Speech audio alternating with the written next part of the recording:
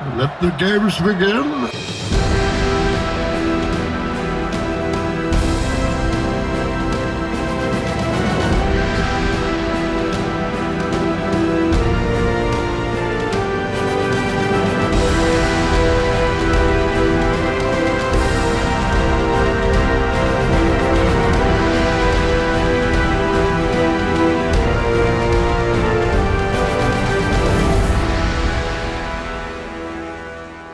Welcome, Gothamites, to another episode of the Arkham Sessions. My name is Brian Ward. With me, as always, is the psychologist to the superheroes, superheroines, and supervillains of Gotham City and beyond, Dr. Drea Letterman. Hello, Drea.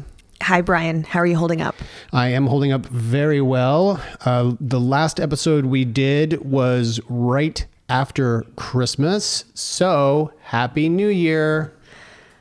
How are you feeling in this 2021 so far? Is it treating you well?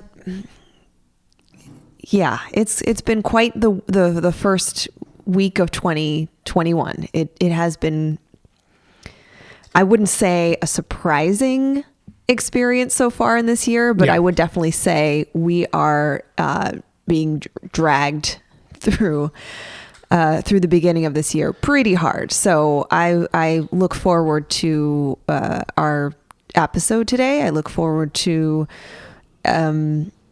January 20th. Mm-hmm. And that's kind of what's on my mind. So would you say, because I would love to get your take on this as a psychologist, as someone who understands mental reasoning maybe even better than some others, we always like to blame the years, the time periods. We like to personify, 2020, you were so bad to us. Clearly, time does not understand these constructs that we have created for it.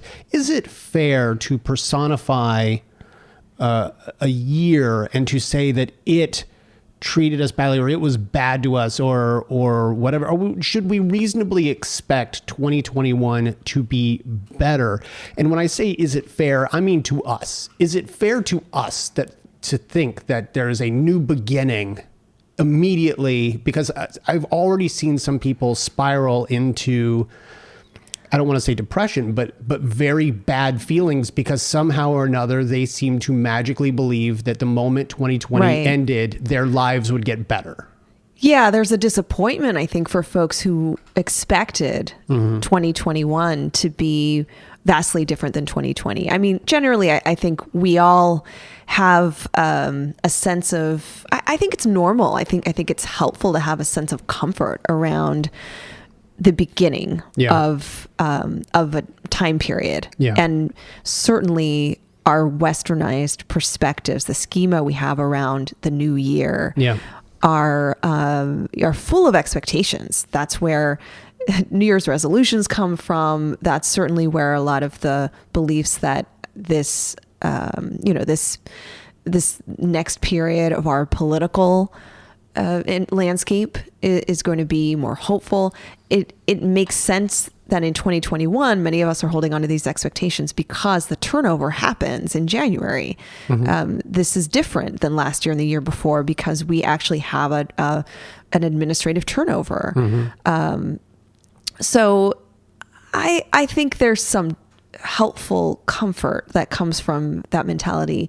But I also think that we should not hinge our expectations passively on this notion that this year couldn't possibly be worse than last year. Yeah. I certainly am a fan and am in favor of being proactive and being very thoughtful with our own beliefs about this year, to be motivated, to be personally responsible for our well-being, and to care for others pretty actively. Yeah. So we can't sort of just expect things to change. I think we need to be involved in that change. I agree. I for one, think that 2021 has started out pretty well. And by that, I mean, it's like you said, we can see the change coming. We can see that things could start to happen at a certain point. Like, do I think that everything that is bad that has happened in the last 5 years will disappear. No, absolutely not. Things have to be taken care of. But it's interesting. We're recording this just a couple of days after the insurrection at the Capitol building. This is a really, really big deal, especially if you understand the history of the United States. And to me, what was interesting about that was it was a horrible, horrible moment. It was a horrible time. People were hurt, people died, and this didn't need to happen. However, unlike previous years, we have begun to see repercussions. We have begun to see consequences. Yeah. And we've never seen those before. So to me, when I say 2021 is starting out pretty well, it's giving me a little bit of hope, because we are starting to see consequences to actions and to words. And to me, that is a little more hopeful than we have seen in the past. Well, Brian, I have to say this as we're beginning this episode. We watched The Dark Knight Rises the day after the events at the Capitol. Yeah. And this Eerie, is just, right? Yeah. I mean, it's just kind of how we had planned to cover this trilogy. And the parallels and the similarities were striking. Mm-hmm. And so I want to let folks know, especially if folks are joining and expecting some healthy escapism, of course, we're going to really focus on Batman and his foes in this film, Bane, Talia, and the mechanisms of social unrest that appear in this film. And I can't help but bring in, as we are realizing, the psychology in this film is centers largely around extremism, radicalization, and in-state terrorism. And so this is what we're going to talk about. So I want to assure folks who are listening, yes, we'll be talking about the psychology of those various themes. Mm-hmm. And, we'll definitely be using the film to realize psychological science and to kind of debate and talk a little bit about what we saw in the film. But we will be relating the film to a very real event. So if folks are if they were hoping to take a break from that, maybe take a pause, come back to the show. I really want to make a commitment that I will stay in the lane of psychology. We will not go down the path of explaining some of the political aspects in our current system. That's really not what we're going to do here. There's other places folks can go to find the real breakdown and the explanation of what's going on. But we will, I think it's a social responsibility we have on our show to try to examine some of the events that we witnessed. And in particular, I have to say, as a psychologist, many questions are coming up from a lot of people in our community. Is this a demonstration of psychopathy? Is this are these people crazy? Where is this mental illness? And I believe that my responsibility is to explain what we know about mental illness about this. Yeah. So we'll cover some of that, but I want to assure folks that, of course we're going to stay where we usually operate. And that if anything, what I usually say is look, psychology is everywhere. And hopefully there can be some comfort and maybe a little bit of curiosity that comes from this episode. Yeah. This film came out in 2012, and I right off the bat, we are introduced to another of Christopher Nolan's iconic pushing of the envelope in terms of what can be done in real life, what can be done in camera, with what I think is a fairly amazing opening sequence. Again, this was shot in IMAX, so some people got to see a preview of it when they went to go see one of the Mission Impossible films. I was one of those people. Interestingly, the backlash to that preview ended up changing Bane's performance in the opening scene. When people saw it originally, people could not understand what Tom Hardy was saying. And so it's not just a difference in the tonal quality of his voice, of what they're doing to his voice through his mask. There are actual separate takes of audio done in the opening sequence on the airplane. Oh, really? As a result. And I do remember at the time, I wouldn't call it a controversy, but it was definitely a news story that people could not understand. And I imagine it's because maybe people can relate to this right now. He's talking, his audio was actually initially him talking through that mask and distorted.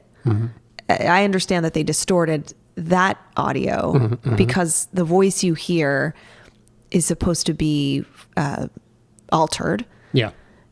And it was just too difficult for any average person to understand. So they dubbed it in. Is that?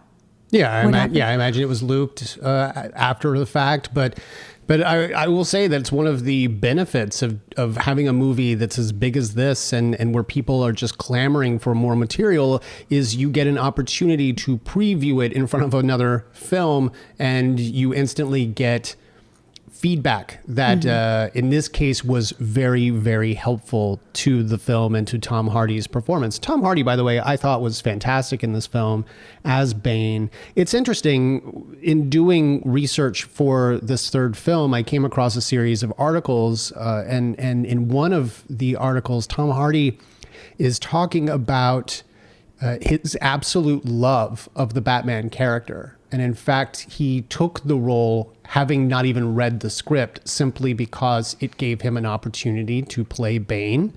The other thing that he mentioned in this article was the fact that he felt like the hardest scenes to shoot were the ones where they were fighting. And he explained that it's not because it was particularly physical or he's done several movies where he's needed to be physical. And in fact, he's done movies with Chris Nolan where he's needed to be this physical. It was simply because he felt like he was beating up his childhood hero, Batman. Wow. And so... and he's huge in this film. Yeah, well, they interestingly in that article as well, he mentions, or the journalist mentions that he was given lifts of I think it was like 3 inches.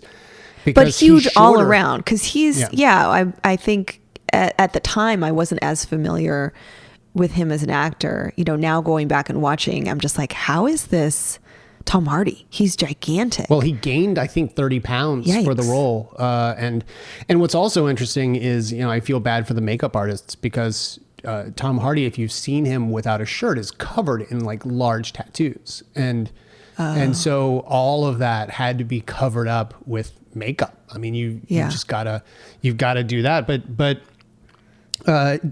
Tom Hardy, interestingly, isn't the only person who was an extreme Batman / DC fan. Anne Hathaway really, really pushed for the role of Catwoman as well. And we've heard horror stories of other actresses really, really going overboard to push for the role. In her case, she auditioned as she should have. And she gave an interview where she talked about receiving a phone call from her agent and her screaming up and down, oh my God, I'm Catwoman. And her agent actually had to calm her down because that's not what he was calling about. He was calling to say, oh, you've been offered something, you've been offered something else. And I think if I remember correctly, like you've been offered the chance to host the Academy Awards. And who cares about that? She's Catwoman. Yeah, well, she hadn't been, like, they hadn't offered her that yet. She had auditioned for it. I see. And so she thought that they were calling her to say, hey, you got it.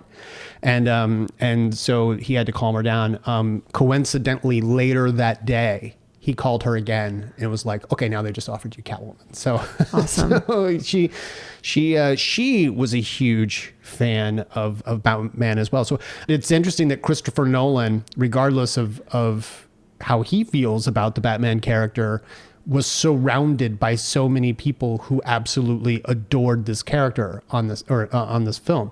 So I'm excited to talk about it, even if the topics are relatively bleak. Christopher Nolan, by the way, in an interview had mentioned sort of what he thought were the themes of the trilogy. Oh, I'm so curious because I'm holding in my head, for me, of the three films, the arc to me is, of course, developmental and really identity centered. You know, the Batman Begins is about exploring the self and finding meaning. Like, who am I? What is my purpose? What am I supposed to be doing? If you were to boil Batman Begins down to a single word, what would that word be? It would be begins. What would it be? Yeah. Identity formation.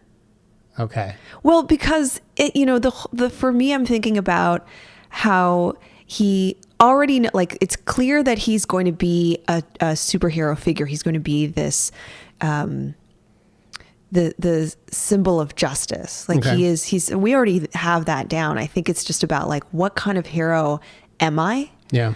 And I have to contextualize, this is not Metropolis. This is Gotham City. So everything is tied to what kind of hero does this city need? Yeah. The second film. Well, then, with that in mind. Yeah. Because I think you're on to something. Think about it less in terms of Batman himself and more in terms of what is needed for Batman. So if you think about the first film being centered on Scarecrow and Ra's al Ghul, if you think about the second film being focused on the Joker, and you talked a little bit about the Joker last time, the fact that the Joker always seems to represent the moods and the fears of the world, of society of that time. And then you think about this film, and it really heavily centers on Bane. So if you were to focus on the three villains, what is the single word you would use for Batman Begins? Fear. That is exactly what Christopher Nolan said the first movie was about. The first movie is about fear. The second movie is, I believe, is trying to think of in the mind of the filmmaker. Like, for me, it's about another kind of fear, but it's really about mental chaos. Like chaos is the exact 2 word. 2 for 2. Nice. Yeah. I mean, that's because I think the Joker is meant to represent systemic chaos. Yeah. I mean, he even says it. Yeah. So, but there's that mental health piece too, like that kind of fear of somebody who is unpredictable and I think chaotic. Right? I think chaos in general is very mentally, it is all mental, this idea of chaos. Like, so we have fear and chaos. And then with this third film, I mean, what comes to mind is destruction, terrorism, loss of control. Okay. I'm cheating. I'm now naming several things. Am I close? Sorta. Well, yes and no, I suppose. Think one word and remember that for Batman Begins, it was fear. So it's an emotion, or it's a. Okay. And with Dark Knight, it was chaos. So you've also got that mental, but with Dark Knight Rises, the theme of the movie was pain. Oh, interesting. Which makes total sense because that's really what Bane is about. He's about it's so pain obvious, and holding like it back and back breaking. Like this is the villain that could actually break Batman, like literally break Batman. And all of Bane's personality really is pain. It's having been sort of born in it and having survived it, having repressed it with the mask, and having overcome it and then having inflicted it on others and those others overcoming it. So we're dealing with, by the way, really meeting the profile, which we'll get into, but deprivation and demoralization and psychic pain.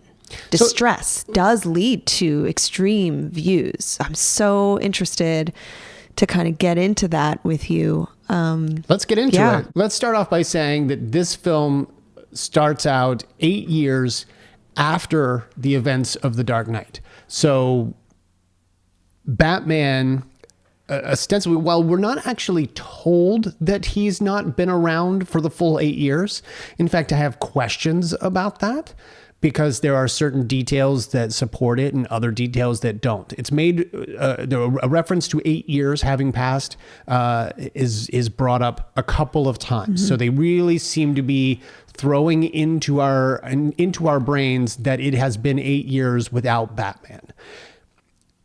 That means that the moment that Harvey Dent died, the Joker was whisked away to Blackgate or to Arkham or wherever you hold someone like the Joker. And then Batman took the blame for the death of Harvey and for the death of the police officers. He then straight up disappeared. Now, there is one clue that suggests that, I guess maybe two clues that suggest that maybe Batman continued a little bit in the shadows, which is that someone says it's been 8 years since the last confirmed sighting of Batman. To me, that suggests there were unconfirmed sightings afterwards. Somebody said they had seen the Batman, but no one had actually been able to reliably confirm that detail. We also see that Bruce has the ability to turn off cameras. He is leaving his car to go to a party. And by this point, Bruce Wayne is a recluse and has been for several years. He starts to walk the red carpet and suddenly none of the photographer's cameras can work because of a remote device that Bruce uses. So to me, that also is a clue that perhaps there have not been any confirmed sightings because Batman has the ability to shut down camera devices. Mm-hmm. The other final little bit that is a question for me is when he visits his doctor, played by Thomas Lennon of The State, he points out that he has no cartilage left in his knees and that he's got a number of internal problems. And, basically just for the age of this person, he is seeing an extreme use of his body to a degree that he's never seen before. And I have a hard time seeing that having had been the case the night of Harvey Dent's death. It feels like that cartilage was there must have away. been more wear and tear over the course of these 8 years. Of 8 years. Yeah, I mean, well, of course, psychologically, I'm not sure how he can quit cold turkey, that there is probably some urge he has. Psychologically, he's not doing well when we first meet Bruce. I mean, Bruce has been trapped in his trauma of losing Rachel, the love of his life. He's trapped in the trauma of having lost Harvey, the one light he saw for Gotham City. Relegated to the symbolic villain to some degree, right? Because he has to sort of take on that symbol that he's at fault. That he holds accountability here for the loss of Harvey Dent. So it doesn't make sense for him to be actively visible and I don't know, he can't go back to the Batman, the symbolic Batman figure that he was. Yeah. So he's holding on to that, whether that's, guilt or just shame, whatever that might look like for him. So you can tell too, like, I didn't know if it was a Willy Wonka thing, but him coming off as with a cane? Well, just he's so frail. Like, he's just frail. And when we see him, he emerges out of the dark hole. He's just kind of, I am understanding that some of that is an act, but I think he truly And Bale looks tiny. Like he always does this for movies. He'll do whatever he needs to do to bulk up or to be emaciated. And he does look un-Batman-ish. Well, we should say that he has facial hair. I mean, he's Yes. got. I mean, and I don't think that he's putting on the cowl with the beard and Yeah. mustache. Like I think he has clearly not been Batman for quite some time. So much time, in fact, that Alfred has gone from insisting that the Batman endure to now, dear Lord, why can't you just move on with your life? Why can't you accept happiness? Why can't you find a wife? Why can't you find someone to be happy with? I've got a piece of audio here. I want to play it for you. Let's take a listen. Fascinating. You two should exchange notes over coffee. So now you're trying to set me up with a jewel thief. At this point, I'd set you up with a chimpanzee if it brought you back to the world. There's nothing out there for me. And that's the problem. You hung up your cape and your cowl, but you didn't move on. You never went to find a life, to find someone. Alfred, I did find someone. I know, and you lost them. But that's all part of living, sir. But you're not living. You're just waiting, hoping for things to go bad again. Remember when you left Gotham? Before all this, before Batman? You were gone 7 years. 7 years I waited, hoping that you wouldn't come back. Every year, I took a holiday. I went to Florence. There's this cafe on the banks of the Arno. Every fine evening, I'd sit there and order a Fernet Branca. I had this fantasy that I would look across the tables and I'd see you there with a wife, maybe a couple of kids. You wouldn't say anything to me, nor me to you. But we both know that you'd made it, that you were happy. I never wanted you to come back to Gotham. I always knew there was nothing here for you except pain and tragedy. And I wanted something more for you than that.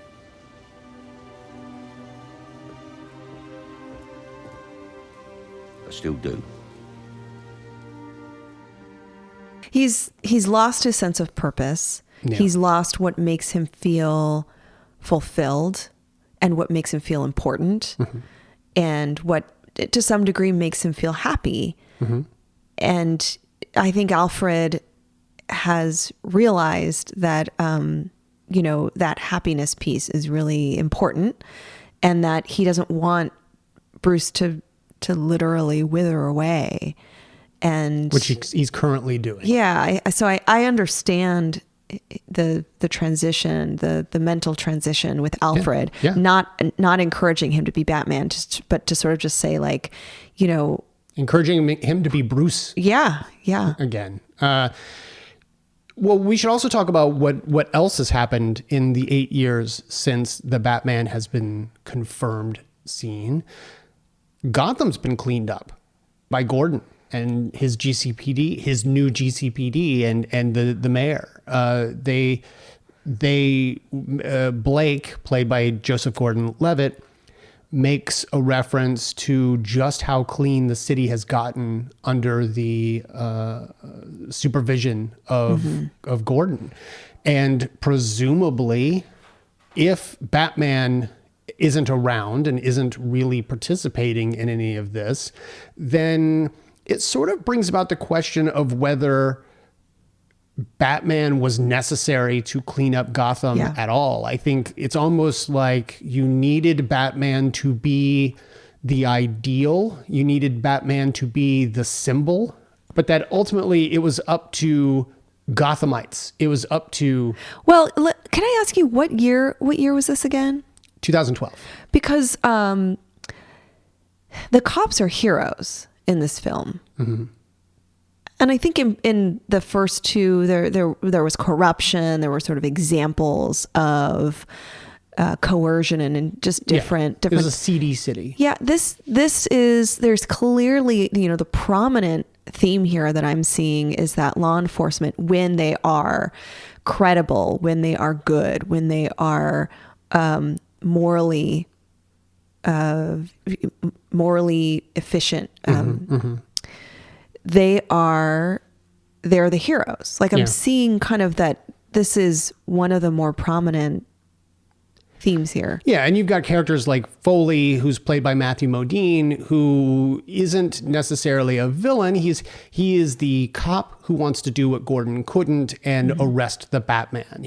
Because Batman is seen as the villain. He is the tall, blonde police officer who wants to go make this happen at all costs. He wants to turn a blind eye to a bank robber if it means catching the Batman, because he sees him as the bigger fish.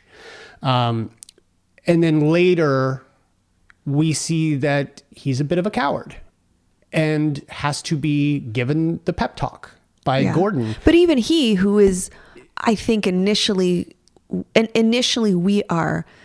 we're suspicious. We're is he going to do something? Well, it's Matt Modine, so you're automatically suspicious. He's got to be a sort of a villainous character at some point. But then he sort of overcomes. Yeah, not only does he overcome, he becomes the hero as well. He becomes because he says, "What do you want me to go out into the street and wear my uniform? I can't do that. They're going to come. They're tracking us all down. They're Bane's people are tracking down police officers and throwing them underground. And Modine has managed to survive above ground. And he's like, "Well, you want me to go out there wearing my uniform?" And he comes out in the most decorated of the uniforms when all the other uniformed cops show up. So, he's got the epaulette and, making it very prominent. I am someone of a higher tier police officer.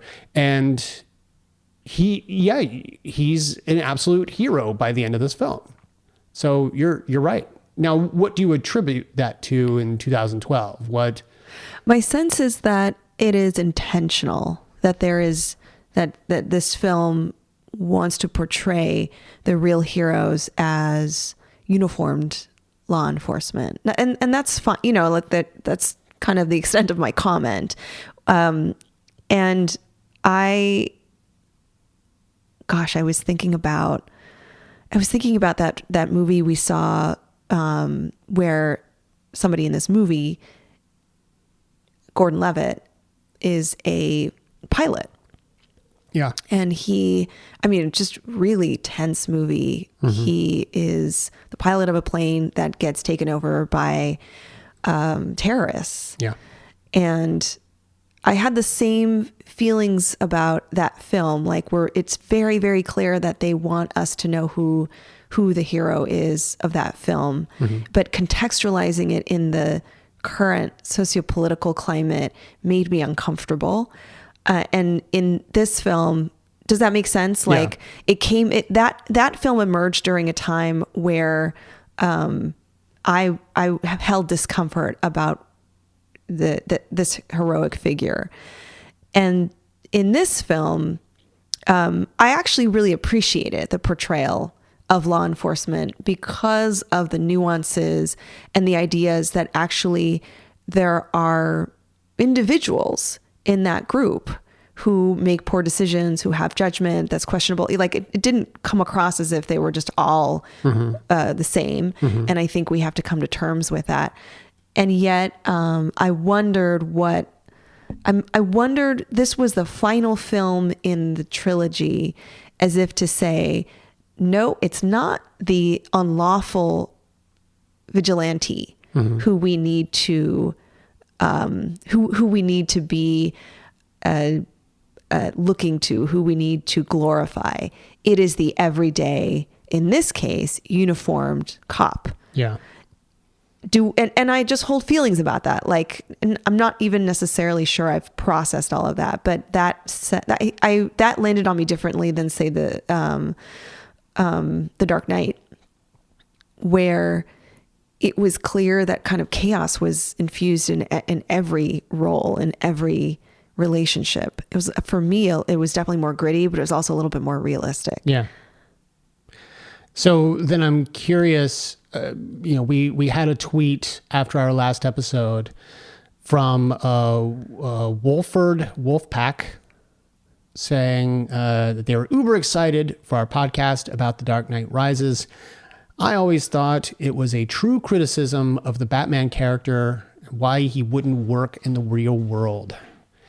Let's talk about that. So as we were saying, that, and I don't know if this is what our listeners talking about, but the fears people have about the anonymous, masked, bold,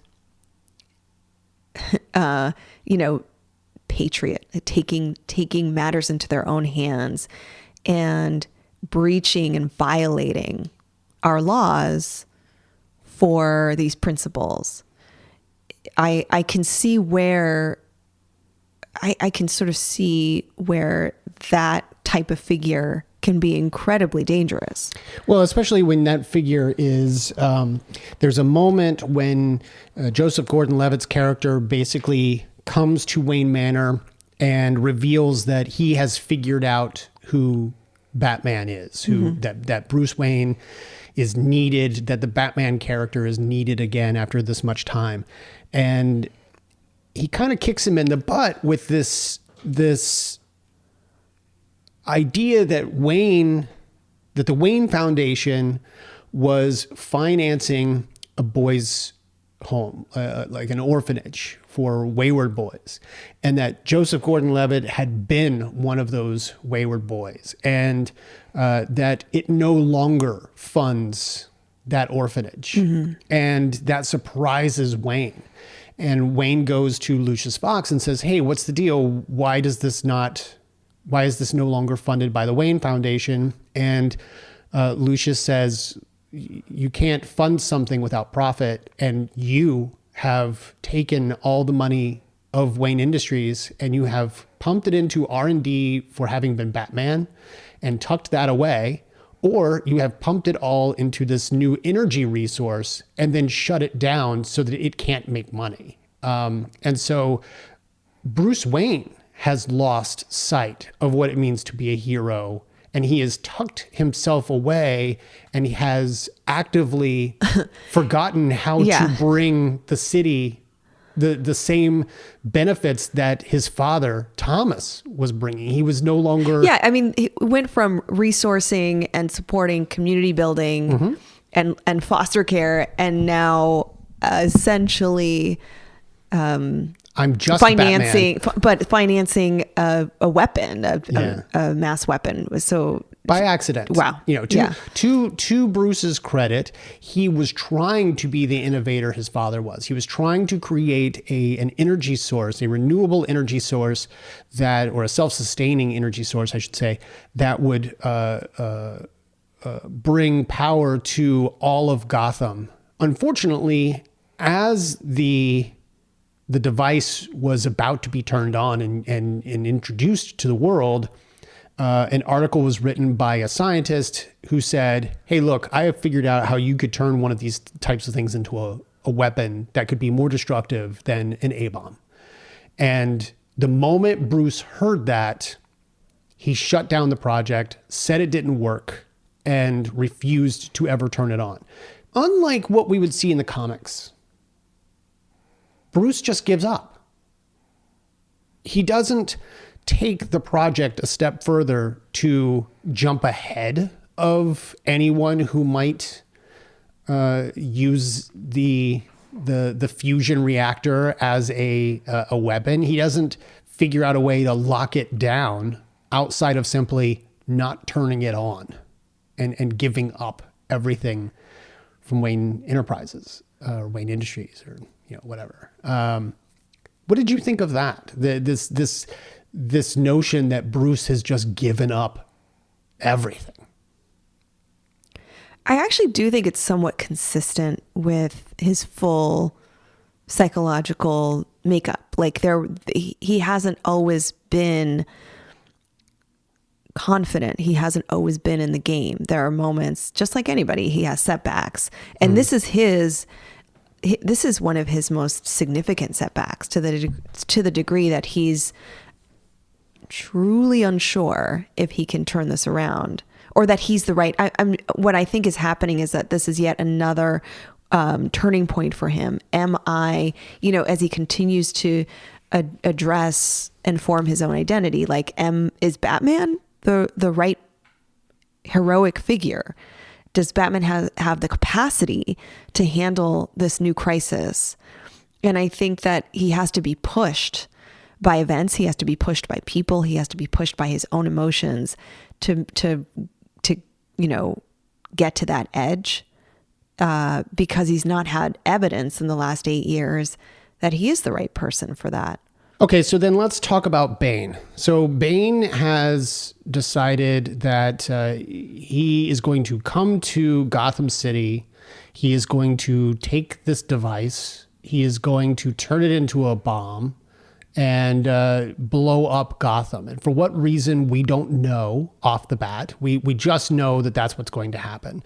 And Bane, unlike the Bane that we've seen in goofier projects, Schumacher, where in fact, a lot of people saw this, only knew Bane from that Schumacher film, Batman and Robin. Yeah. And I think it's respectable to mention that Bane is a formidable villain. He is a huge deal. He is one of only a couple who have ever been able to figure out who Batman was and actually appeared at Wayne Manor.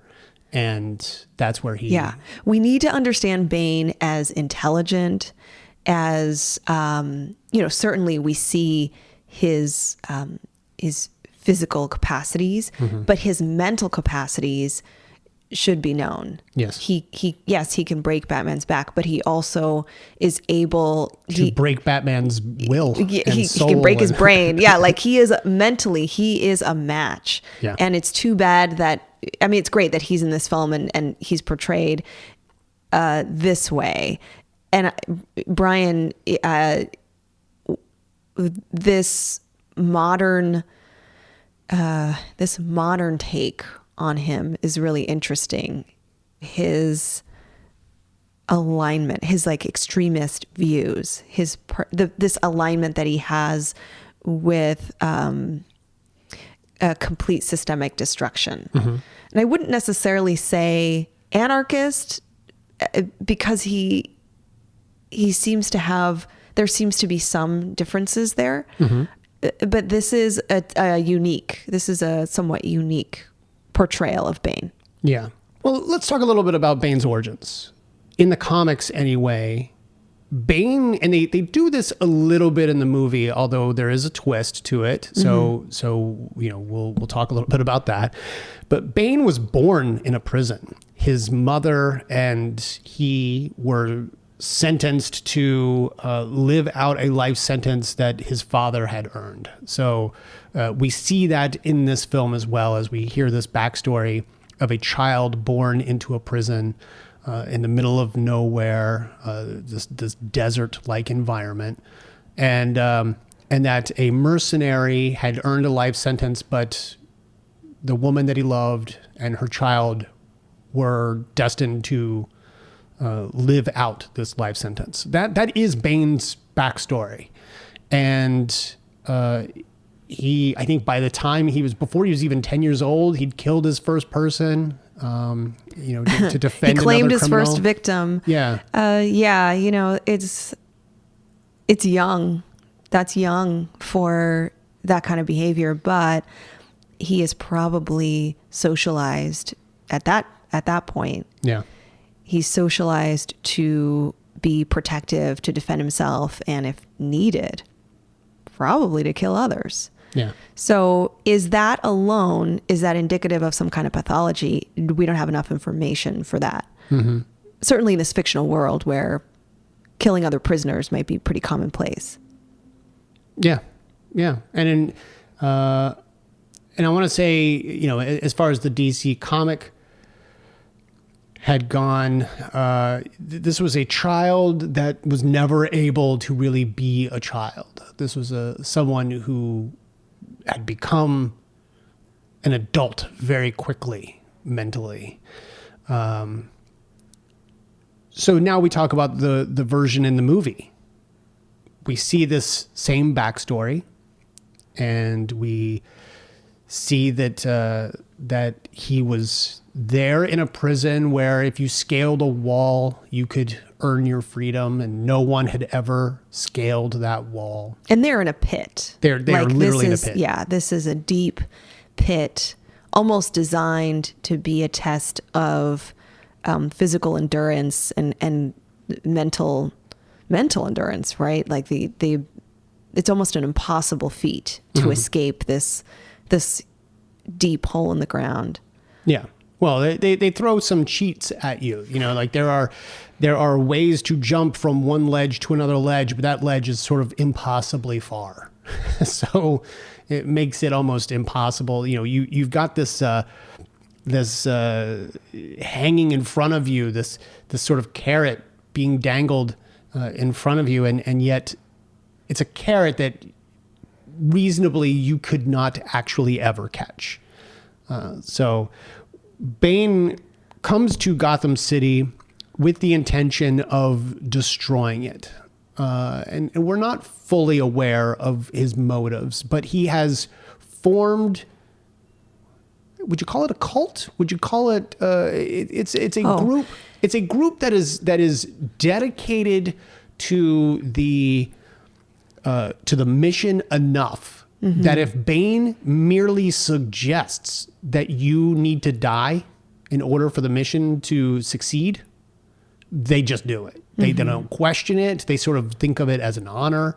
I was thinking about this earlier. Yes, the overlap between some of these extreme political ideologies and religious cults. There's a ton of overlap psychologically, but this is more of the former. There is talk about that. Yeah, in my mind, unless I missed it, I'm not hearing. I'm not like hearing language or seeing any signs of a spiritual or religious aim here. Correct. Yes, it's not a faith-based. It's not a faith-based cult.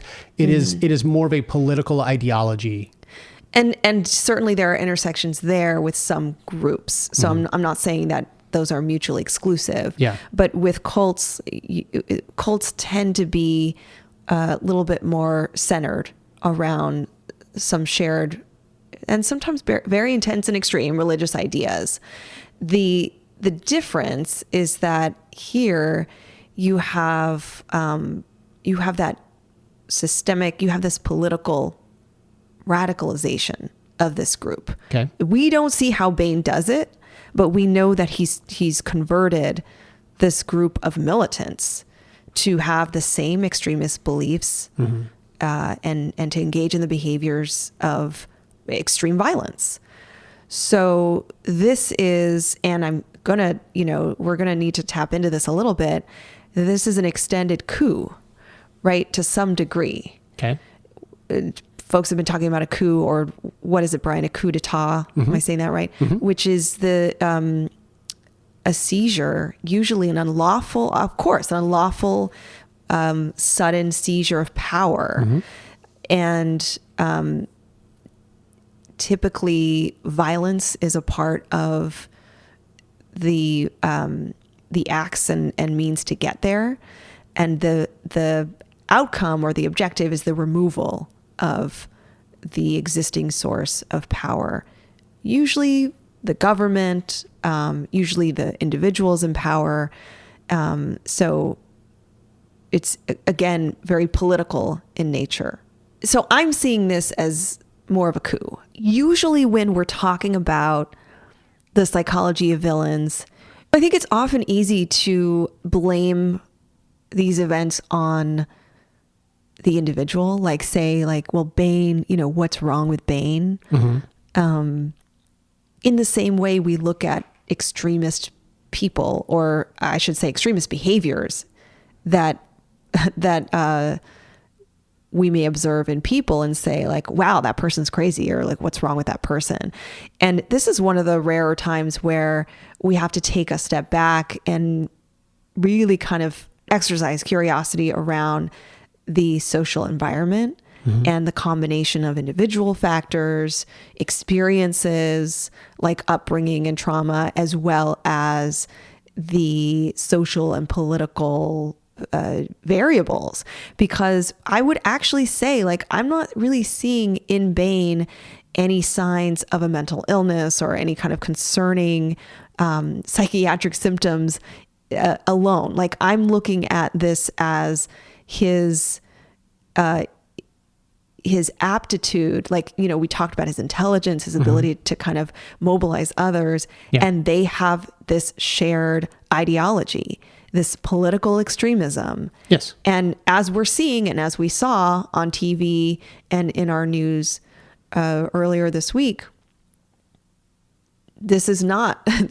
our observations are like, yes, this is wild to see, but these aren't individuals with mental health conditions. Right. At least not all of them. Really, right. Like, this is, we really can't, like, no study has shown the prevalence of like terrorism being, or extremism being, a mental disorder. Correct. When people talk about terrorism, and they talk about foreign terrorism, they talk about the World Trade Center, they talk about people walking into schools and shooting up schools, or the movie theater to shoot up an audience watching The Dark Knight.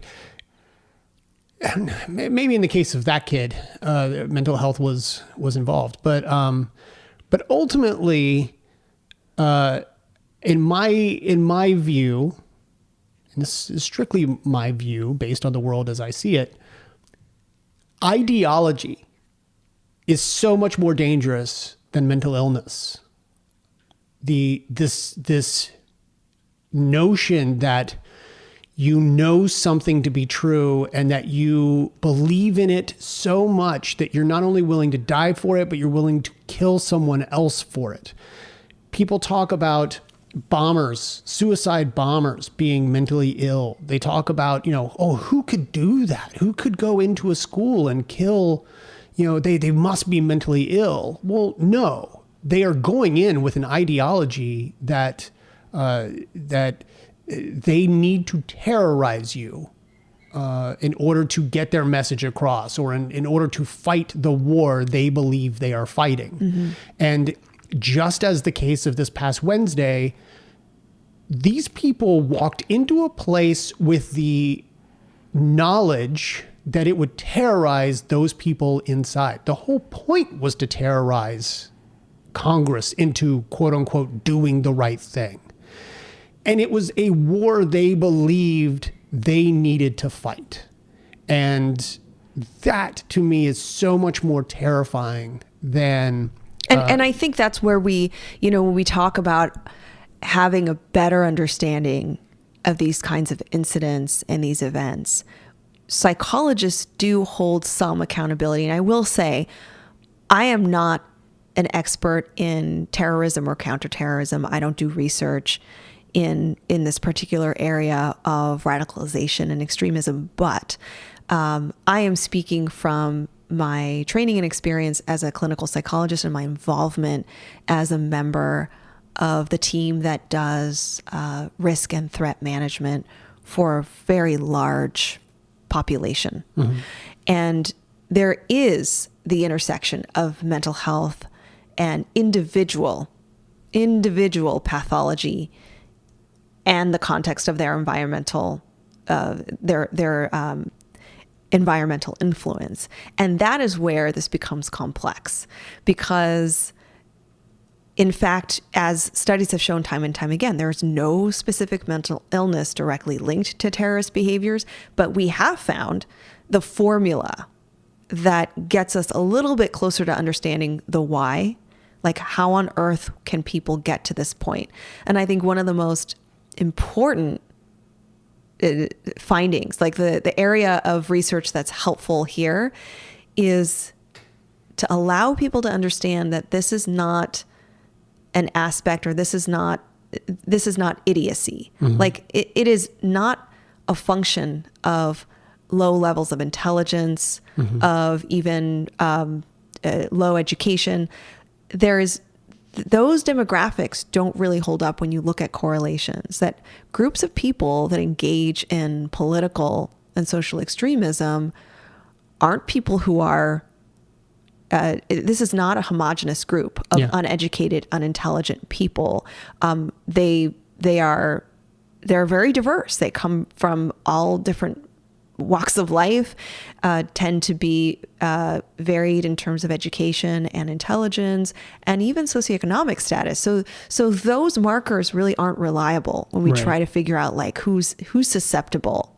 But I think it's helpful to learn that actually is data that helps us. It means any one of us potentially is susceptible to becoming a part of an extremist group. Yeah, just like they say that even smart people can be a part of a cult. You can look at yourself and say, oh, that would never happen to me. But odds are, if the right things were done, you could absolutely belong to a cult. And people have even said that at this point in time, in 2021, political parties are a cult, because no matter what one party does or another party does, you are going to follow them and you are going to believe that your party was the right one. And it's really, really hard to see it and objectively say, no, that was too far. Yeah. Well, and in fact, psychiatrists and psychologists who study extremist groups at the CIA in particular look very closely at the biographies of terrorists and folks in these factions, militants. They do psychological profiling and have found that radicalization actually isn't really successful with individuals who are mentally unstable, that terrorist groups prevent people with severe mental illness from joining. They can't, it makes sense. They can't have someone in their group who's unpredictable, who is potentially someone who's going to sabotage the social cohesion, who maybe is questionable about their commitment to the mission. And the reason I'm emphasizing this point so much is that, again, when we see extremist behavior in our news cycle, the questions that often come up revolve around like, are these people crazy? And I think what I want to do is put forth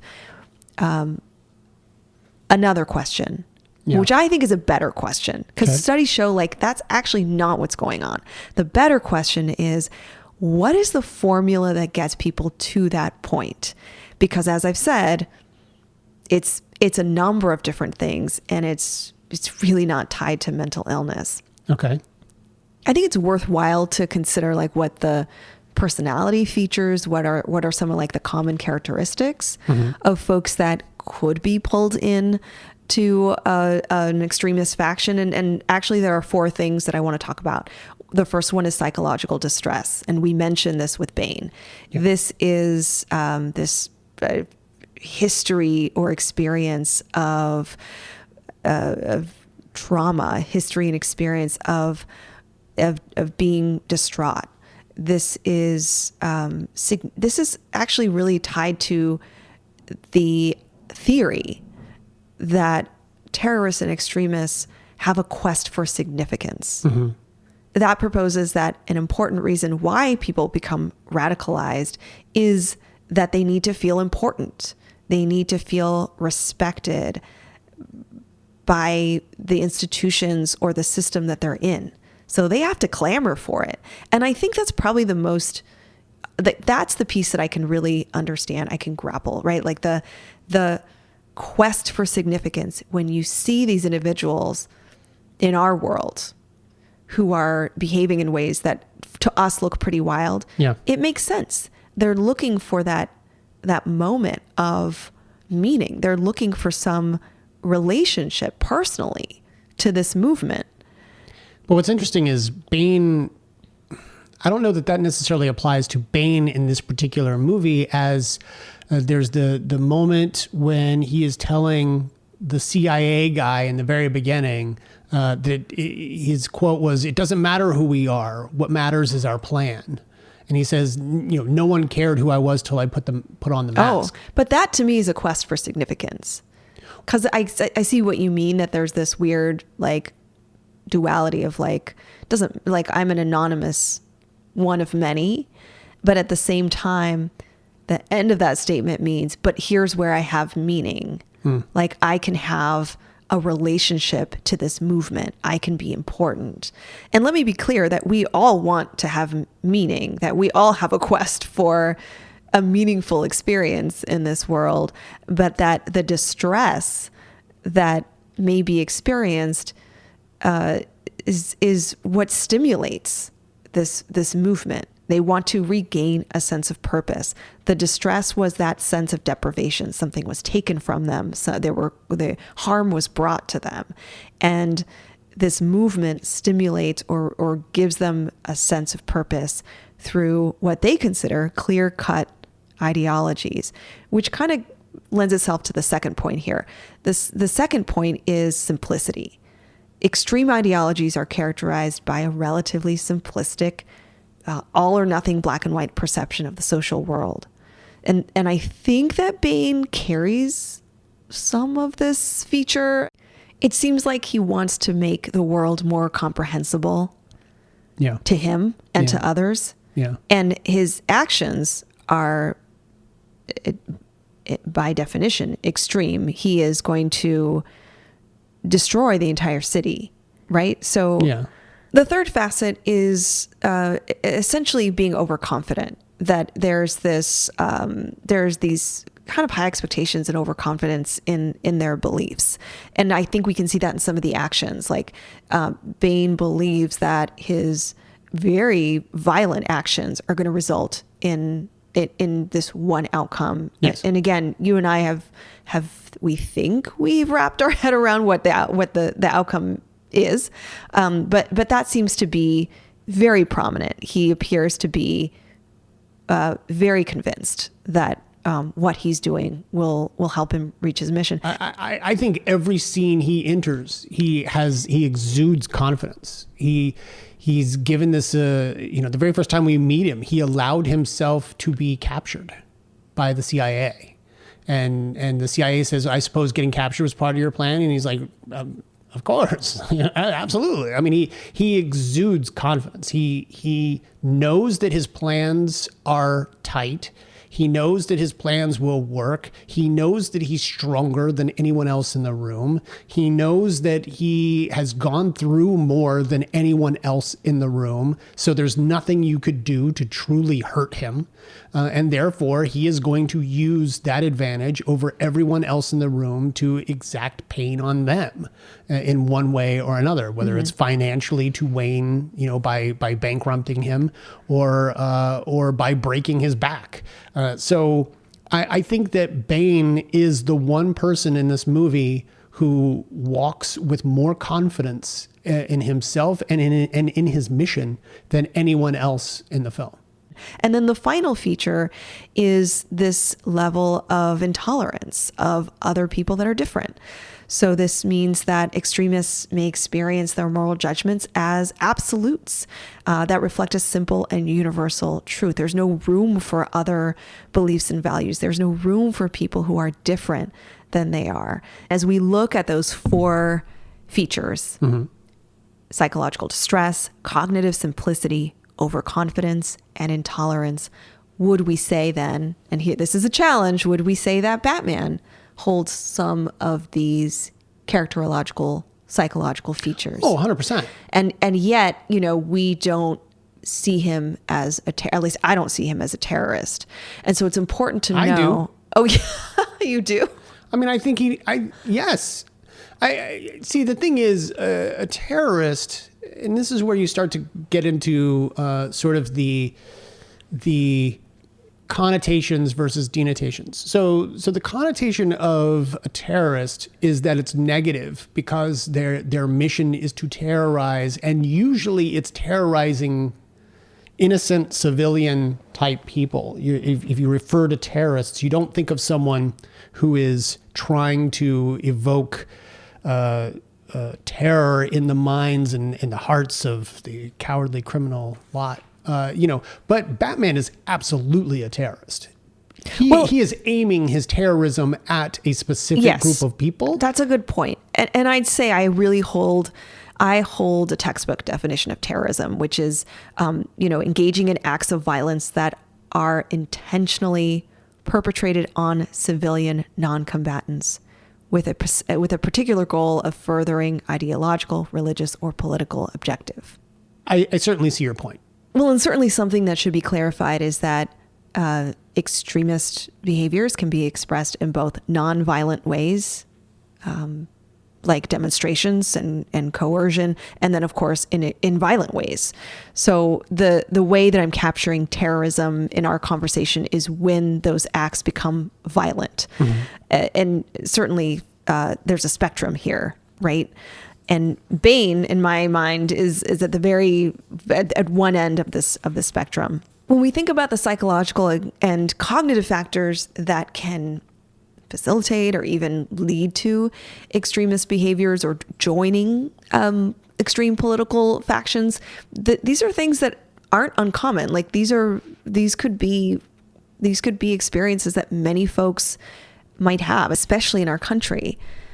People who have the perception of unfairness and injustice in our society, people who have difficulty with uncertainty, don't quite understand their placement in the social world, are susceptible to, again, this offering to them, the offering of a certain world, the offering of meaning, like I mentioned, this quest for significance.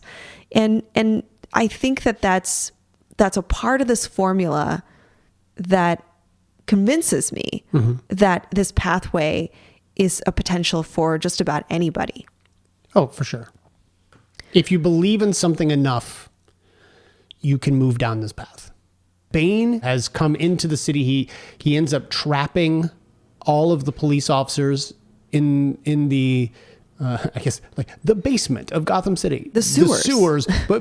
But several of these rooms are not sewers. Like this is straight up like if Gotham City just had another little city underneath it, without buildings. What an opportunity. Like, I get it. There's too many characters. You got Talia. You have, you'd think. Do you? You don't have Talia. You'd think that Killer Croc would be down there, just like, even if he's sort of, at this point. An actual Croc? No, at this point, he would be fully formed. This is toward the end of the adventures. But you come on, think about like get him in Christopher there. Nolan is got both feet firmly planted in reality. I use that in quotes.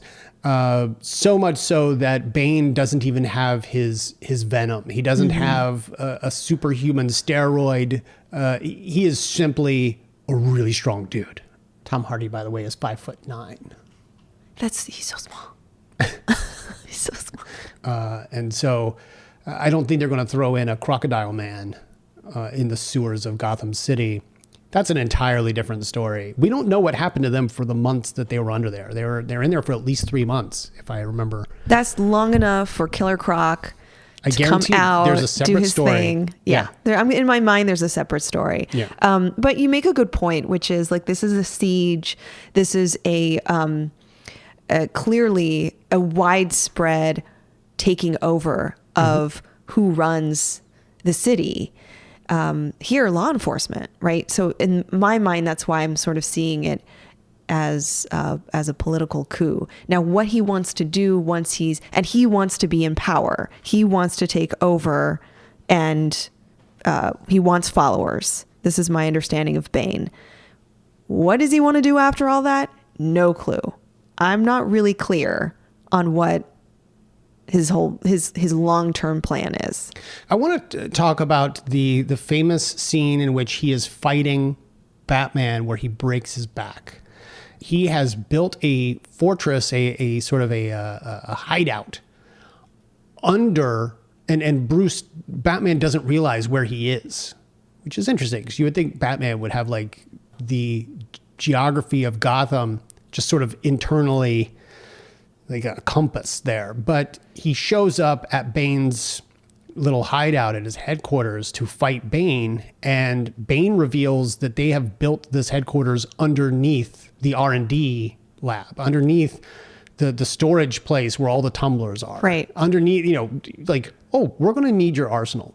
Thank you. And this is the moment that they have this fight.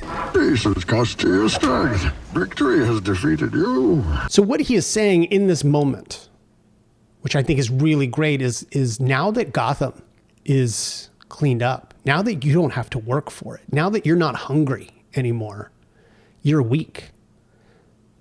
Bane is someone who's always had to fight for everything he's ever achieved. And so he is forever strong. He is forever hungry. He is forever mentally and physically a presence that is going to just brutally beat anything that's in front of him. And he does so. But it's interesting that he points that out. And yes, he's absolutely right.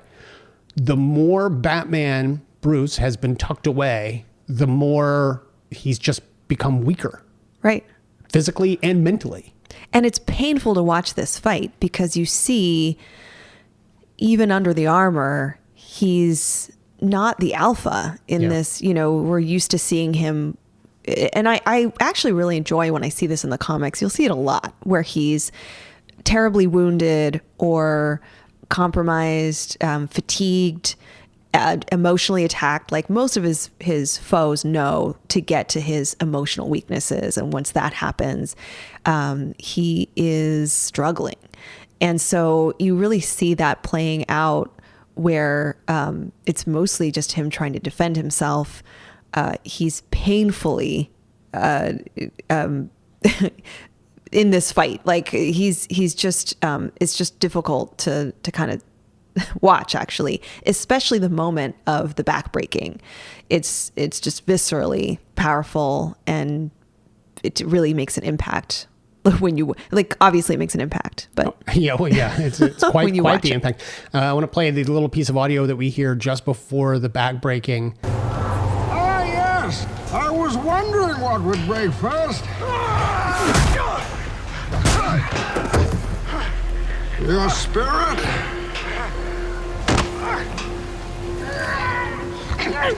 Oh, your buddy! He just cracks him like a doll. Oh, not that I'm cracking dolls or anything, and I know what that looks like. Cracking dolls? But it's painful. It's painful. Who else would we like to talk about in this in this movie, Drea? Well, we definitely see I think what is a refreshing version of Catwoman, but for many of us, especially who love Batman Returns, this is such a different portrayal of Catwoman. And I'm not saying one is better than the other. The Burton Catwoman, of course, played by Michelle Pfeiffer, is really so supernatural and embodying the cat-like mentality so much and physically so much. Her origin is also born out of being a victim. She is weak. She is cowering, and she is mistreated. She is pushed out of a window, and she is a victim. She is cat-licked back to life. Correct, and nibbled on. This Catwoman is not that. She is strong. Really, from the moment we meet her, she is posing as a waitress during a gala hosted by the Wayne Foundation, and she goes. It's actually very reminiscent of Catwoman's origin in Batman, the comics, where she is known as the Cat. And the very first time we meet her, she is on a yacht during a fancy party, and she steals an emerald necklace from this old lady. Well, in this case, she is stealing Martha's pearls from Bruce. And so it's an interesting little nod to the Cat's first appearance.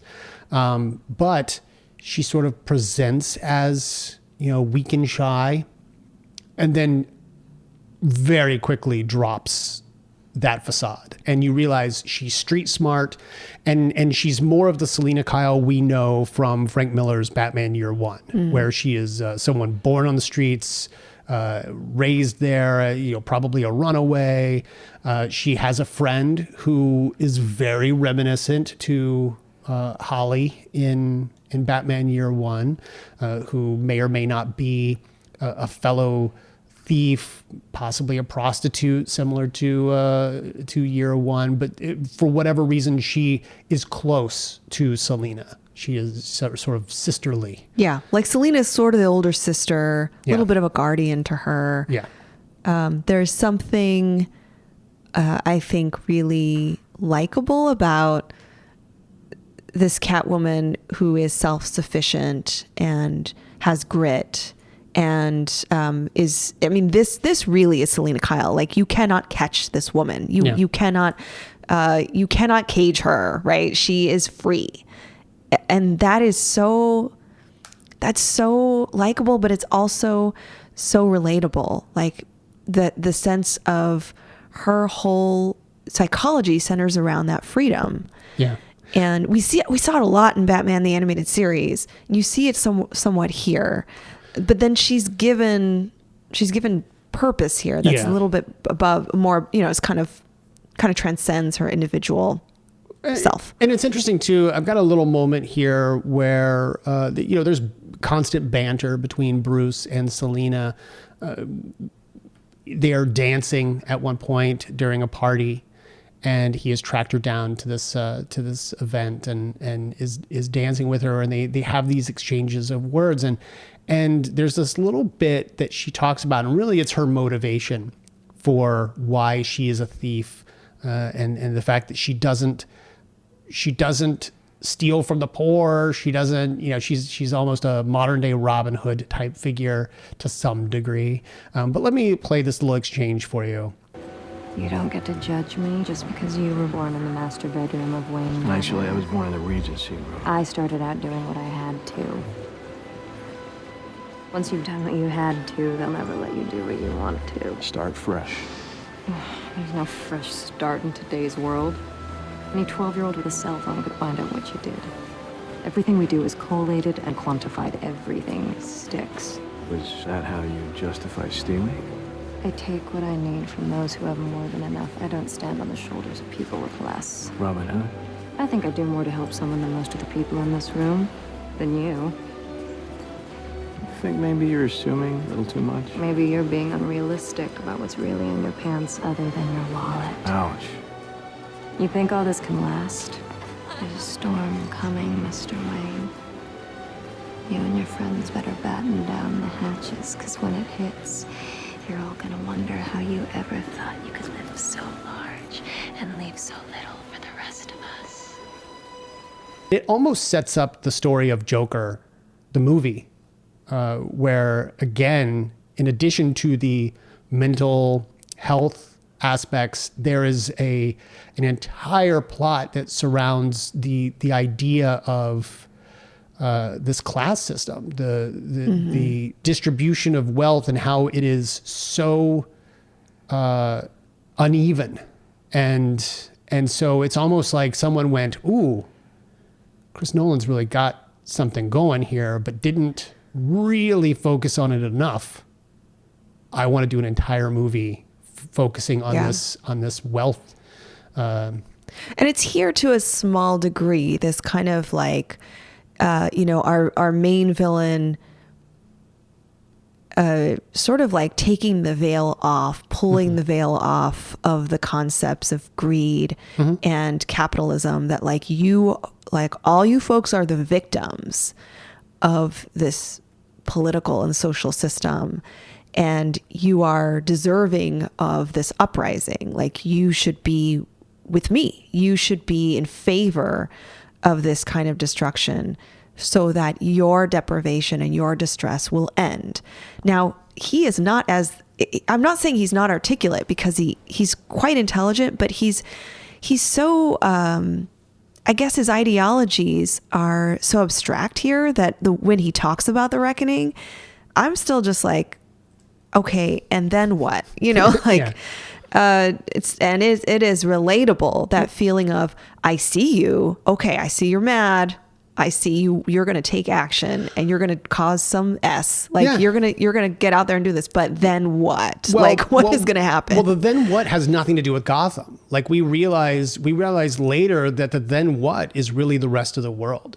You will now see what we can do to those who are inequitable, who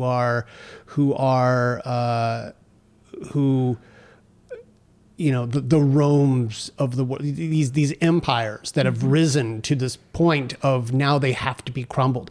And we are brought not incoincidentally to Ra's al Ghul's entire methodology and his motives in Batman Begins.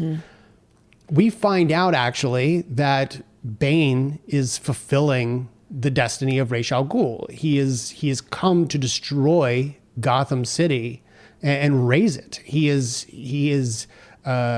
you sit there and you question, well, then what? Well, then what really doesn't involve Gotham, because by this point, Gotham will be gone. Yeah. The then what is everyone else who now understands that this reckoning has happened and that this reckoning could happen to them. And how do you then avoid a similar fate? Well, yeah. Well, and there's elements of narcissism here, the personal significance that Bane needs to attach to this event. Just cancel student loans. I mean, this would make a huge difference. Yeah. But I get what you're saying, which is like this event is monumental. Like Yes. this event has huge global significance. Yes. And I see that here. we find out that he's got a partner. Let's go ahead and let's go ahead and say that this person that it's getting crowded in this film. Let me just say, too many.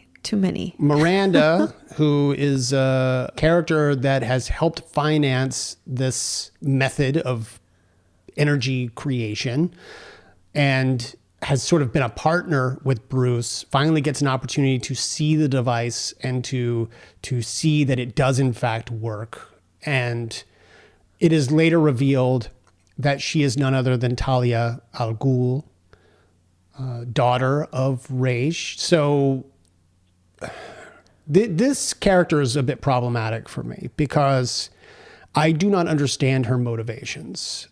It is revealed that in the flashbacks that we were seeing when we assumed we were watching Bane ascend these walls of the prison, that it was actually Talia doing that, and that Bane was someone in the prison who helped her, protected her, was basically a bodyguard. The two of them fell in love, if not romantically, certainly a deep human connection between the two.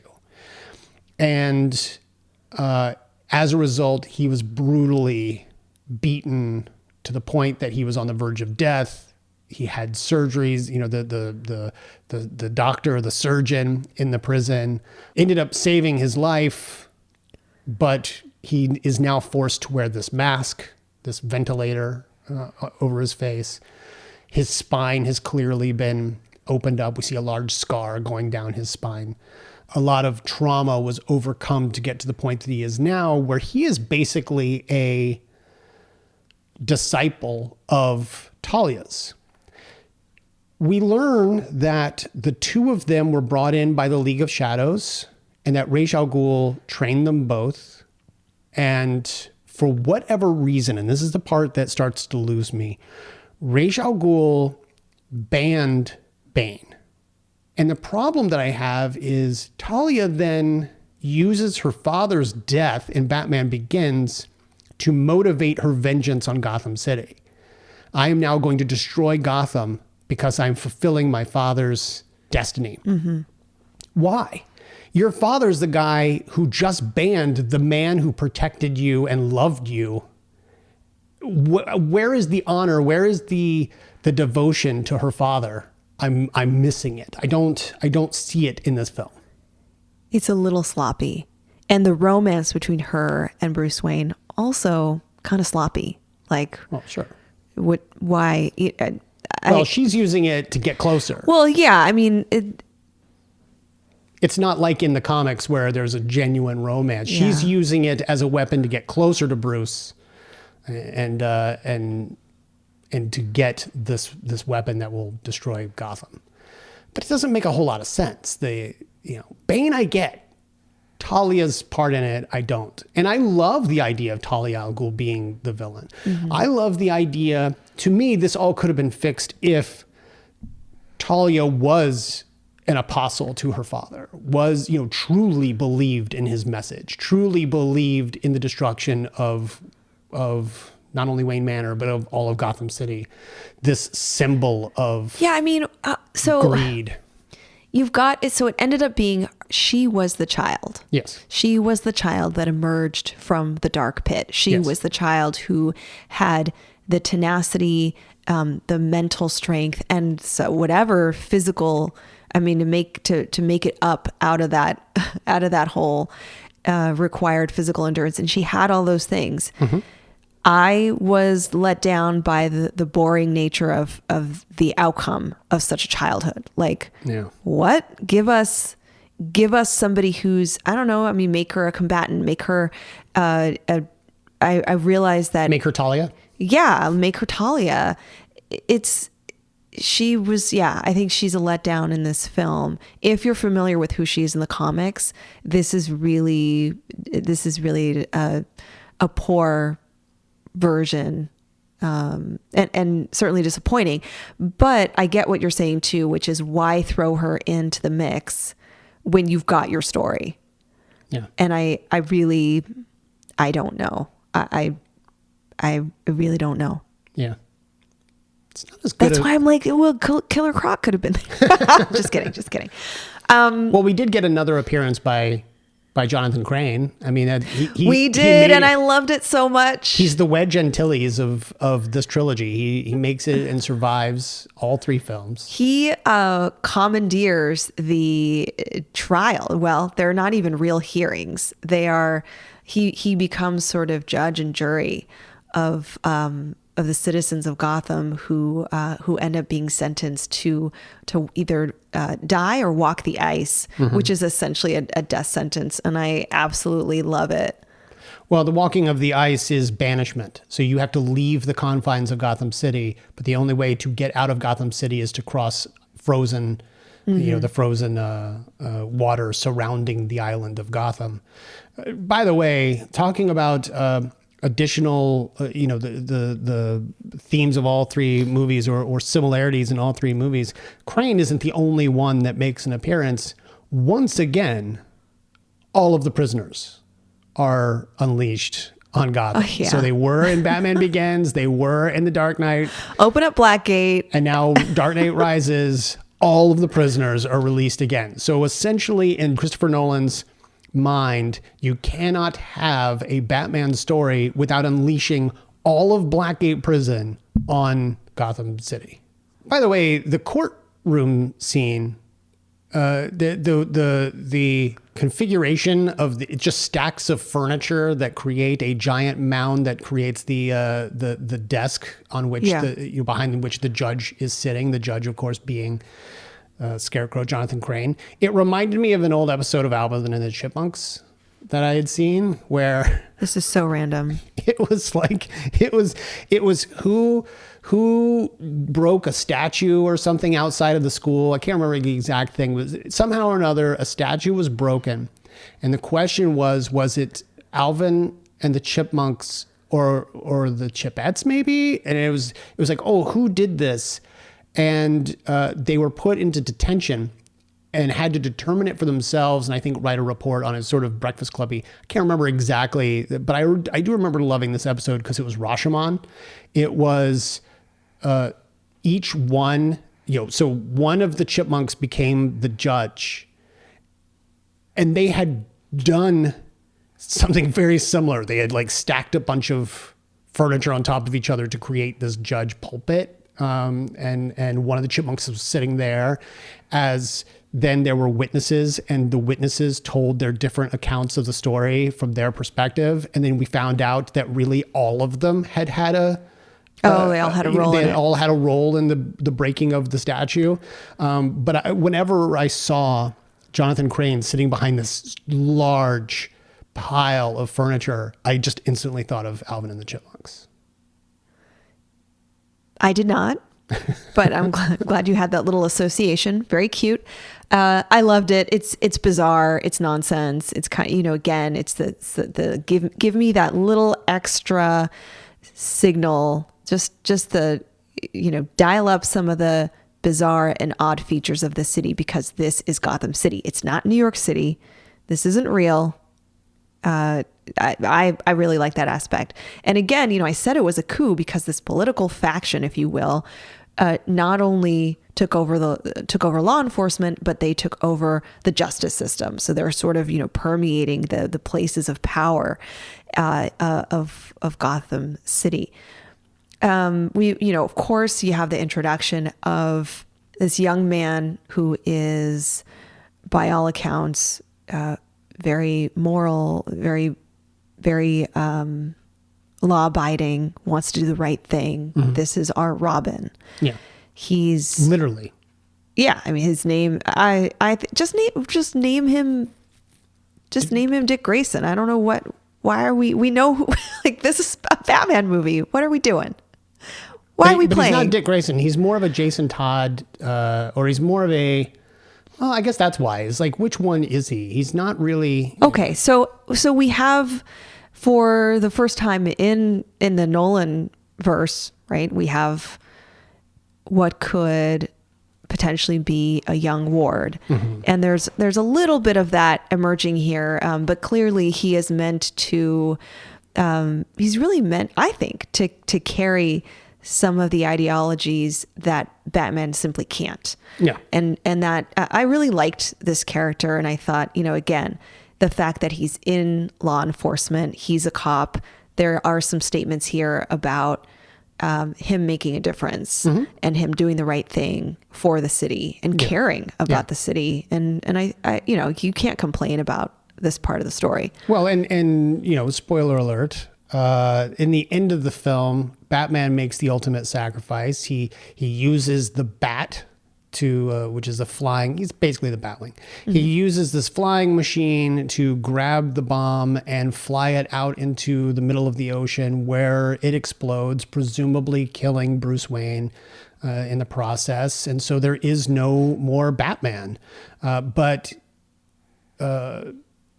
prior to his death, apparently Batman sent coordinates, instructions on how to find the Batcave, and you are then shown Blake, Robin, walk into the Batcave, and you are now understanding that he is going to take over the mantle as Batman.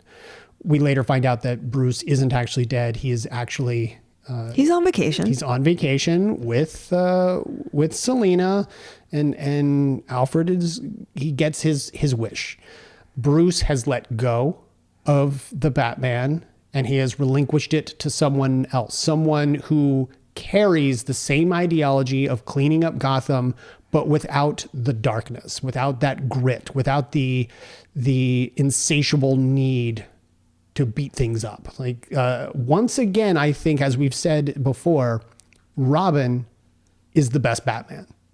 Mm-hmm. He is the guy who is going to clean up Gotham in probably a much better way than Bruce could as Batman himself.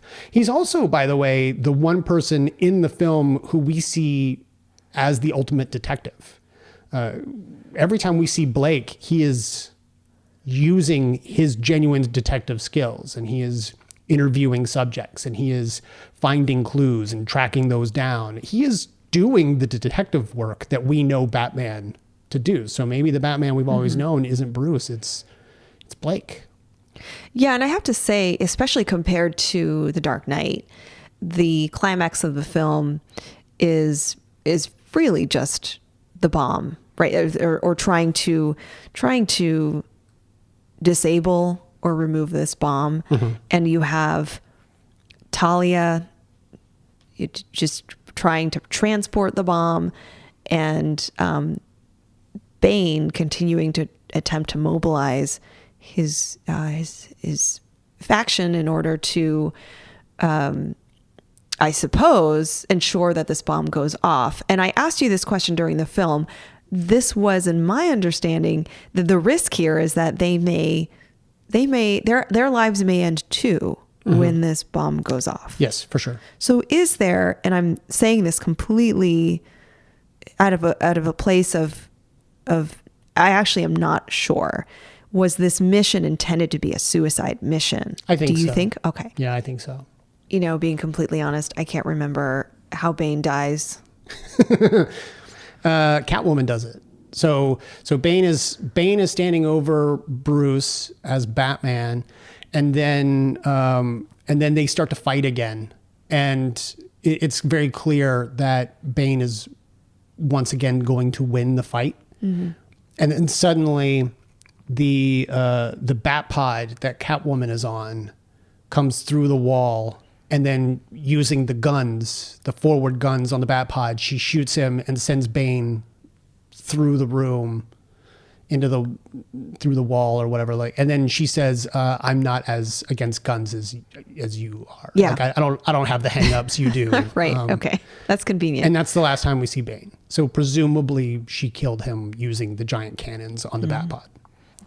So Drea, there's been talk about people, especially in the media, people who are enacting these, this insurrection on the Capitol and folks like that having been brainwashed by Trump, brainwashed by Fox News, brainwashed by media. How does, and maybe this is something that you can answer, and maybe it's something that you can't. How do we undo it psychologically? How does one get treated for that sort of thing? How do we unbrainwash someone from an ideology that is potentially harmful to other people? The best approach is prevention, because once someone is carrying these beliefs and has a group of people that incite and support and confirm, they are, they're very changed. And it's harder to unwire that. I think focusing on the prevention of this kind of development, this kind of mindset, and especially the prevention of a group developing, a faction developing that could be incredibly violent and manifest this level of power.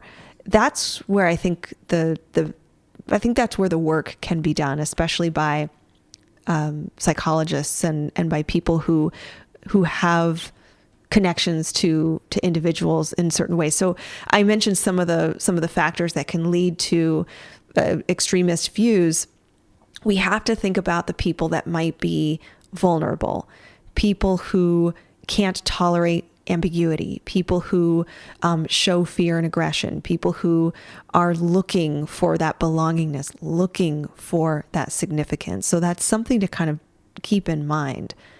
So here are the things we need to introduce. Increase social diversity at young ages and in developing ages. We can't just be around the people who act and think like us and look like us. We really need to prioritize social diversity. We need to decrease violence in the home. So we really need to reduce the chances of violence being normalized.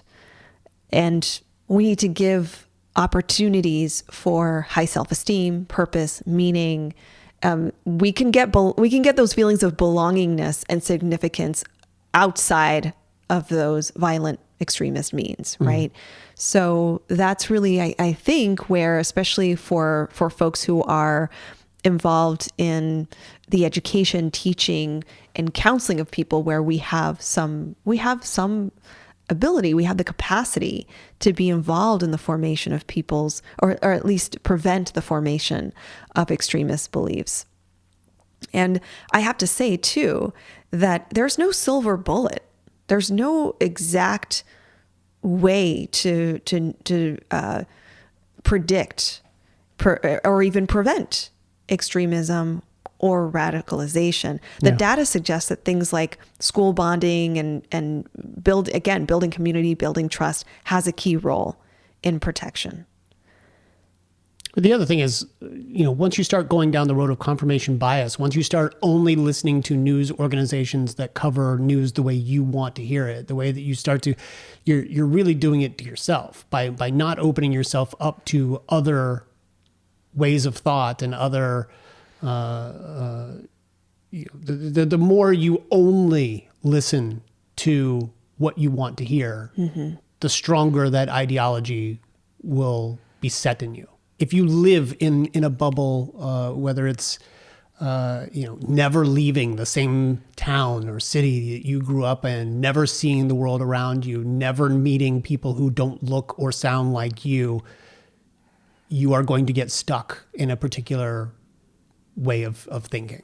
And again, I want to emphasize that psychologists really do have a lane here, again, in helping us develop theories and better understanding human motivation and human behavior. But I have to say too, that there are others involved and there are others that should be involved in the prevention of these extremist groups. There are very real injustices that impact people disproportionately. There's no intention here to compare Bane to those insurrectionists, to those seditionists who we're seeing, who overtook the Capitol on Wednesday. I do think, though, there's a lot here psychologically that we can benefit from, and it's really fully a confrontation of how did we get here? Yeah. And how did we allow this to happen? If there's anything to benefit from Bane, it's that, looking at his profile, he is not somebody who's demonstrating severe mental illness. He's someone who's demonstrating his strict, narrow ideology that he developed from the League of Shadows, right? Like he ended up having the perfect formula for a terrorist. Don't be like Bane. So Drea, ultimately, what did you think of Nolan's trilogy? What did you think of this Batman? What did you think of Bruce Wayne in these three films? Is this, for some, this is considered the defining Batman trilogy or the defining story of Bruce Wayne and Batman? How does this rank for you? I wish there was a do-over for the third movie. I don't like it. It's very long and Batman's not really in it much. So the first two are probably more, I just like the first two much better. What I noticed is so much of this movie takes place in the day. So much of it is in the light, and it's an interesting it's an interesting way to end your story of Batman, to take him out of the darkness and bring him into the light. I mean, even the big fight scene with Bane at the end on the steps is in daylight. It's interesting. There's one thing that we discussed this a few times as we watched this trilogy. There's one thing that really bugs me about this Batman. And I don't mean to say anything disparaging against anyone who has like a deviated septum. It bothers me that Batman is a mouth breather in this trilogy. Like every time you see Batman not speaking, you can tell that Christian Bale can't breathe through his nose in the Is it the mask? In the cowl. Yeah. So I found an interview with Christian Bale in Empire magazine when he actually says, when it gets cold, the cowl is extremely tight and it gets better the warmer I get. It becomes more flexible. But after a couple of takes, I was trying to breathe properly in my nose. And I was starting to see stars, and I said, I have to take this off. And thank God on this film, the third one, he can. In the first movie, Batman Begins, he couldn't, so he had to get inside because he couldn't let anyone see him without the cowl. So yeah, for whatever reason, this particular cowl, I'm guessing it's probably got nostril holes. It's probably like rubber with nostril holes as opposed to just an opening at the bottom, like some others that we've seen. But Christian Bale could not breathe in this rubber cowl. And as a result, every time you see him, he's just kind of got his lips dangling open, clearly trying to breathe. It just doesn't make for a very menacing looking Batman to me. I'm also not a huge fan of what he did with the voice. I get that he was trying something different. I get that he was trying to disguise the voice. But, to me, it just sounds silly. I know it's been a point of ridicule for many people. I'm probably not, going to disagree with those people. He's not my favorite Batman. I like his take on Bruce Wayne. I like his take on the two different characters, the billionaire playboy that is going to exude billionaire playboy and throw people off the scent of Batman, but I don't love his Batman. That being said, though, all three movies are brilliant achievements. I think they all look fantastic, even if they become a little more muddied by the end. And there's just no denying that second movie is genius. I want to go ahead and thank some of the patrons that made this episode possible. Roy Hankins, Alex Hilk, Lindsay, Christopher Bauer, Michael Pruitt, Leslie Brownlee, Ian Stanton, Eric O'Sullivan, Verdigree, Maria Diego, my father, Carl Ward, Dr. Jerome Anderson, John Henry, Ariel Neona, Todd Stashwick, and Samir Bakhta. Thank you all very much.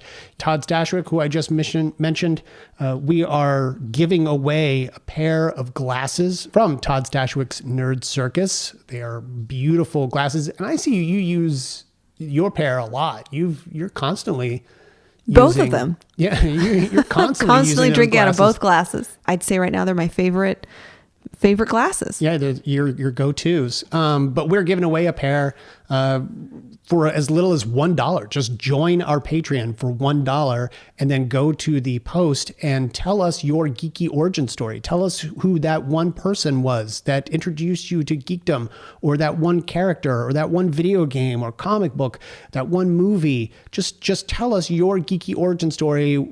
Drea and I will take a read of all of those at the end of the month, and we will send some lucky winner a pair of glasses from Todd Stashwick's Nerd Circus. And one final note on Patreon. We have our 2020 challenge coins that we are unloading. If you have a membership to our Patreon of $15 or more, you will get one of the Arkham Sessions challenge coins from 2020. It has you and me on one side with our logo, and then it has Batman with the quote, he's doing the best with what he's been given. On the other side, it's also got the year 2020. And we are going to give those away to anyone who is at a $15 tier or more. Normally, it would be a $30 tier. And we are currently designing our 2021 coin, and that will be available shortly. But while supplies last, $15 will get you the 2020 coin. And God knows, if you survive 2020, you deserve a challenge coin. So come join our Patreon. You can find us patreon.com/Arkham Sessions. Till next time, Drea, when we start to tackle the promised Steven Universe series, where can folks find you online? You can find me on Twitter and Instagram at Arkham Asylum Doc, and on my website, drdreapsychology.com. You can find me on Twitter. I am at bward028. You can find me on Instagram at b_ward028. You can find us both on Twitter at Arkham Sessions, or you can email us arkhamsessions@gmail.com. Come find us on Facebook. And as always, join our fan base press family. Go find them on Twitter and on Facebook. Till next time, I'm Brian Ward. I'm Dr. Drea Letamendi. And together we are the Arkham Sessions.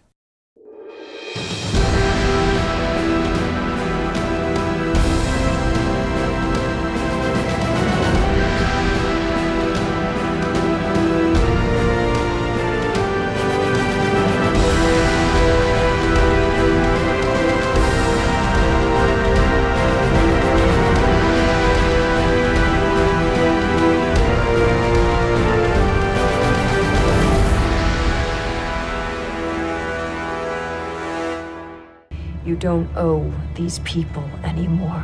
You've given them everything. Not everything. Not yet.